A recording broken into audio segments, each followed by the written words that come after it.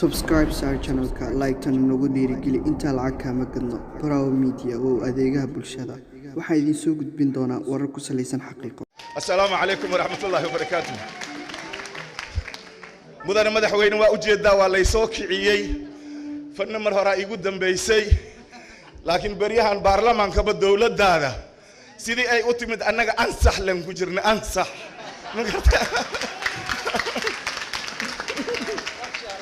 marka anoo cudur daaranay ayaa saaxiibaday Xuseen Carab Ciise iyo Saadiq iyo Saciid iyo goodax kul dhamaan waxa la igu yiri hadaa xillimaanadan hay ansax way dalxu soco marka madaxweyne waxaan u malaynayaa meel adiga ku haystay xildhibaan inuu san diidi karin marka saas ansax ku tahay insha Allah marka xigtan waxaan rajaynaynaa ciidamada qalabka sida ee sharafta leh aan ku dhaarano guud ahaan qaybahooda kala duwan ee adiga taliya ciidamada qalabka sida aad tahay macal kooxdooda horseed insha Allah ra'iisul wasaaraha xukuumaddiisa inay weelka u soo buuxiso saan u ansaxino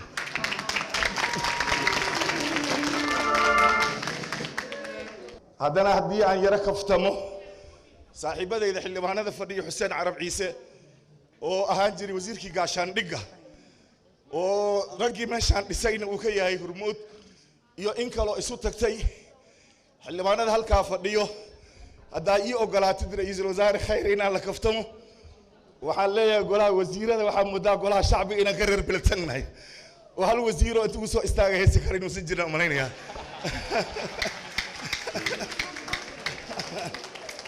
marka mar haddii madaxweynihii uu heesay baarlamaankiina uu heesay kubadda waxay ku jirtaa shabaqa xukuumadda hadduu ra'iisul wasaare khayr iskeenayo ama ustaad marka waxaan rabaa waxaa leeyahay gabaygii Benzani waa inaad tirisaa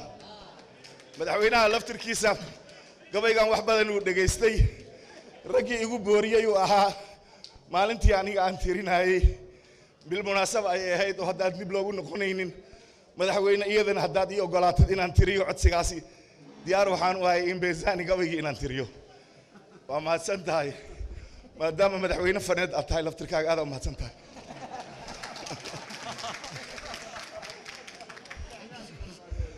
aniga gabaygayga waa taqaanaan hooyaalay shaqam ku lahaa waa gabay reer beled horle laga gela kii geelaydoo kale maaha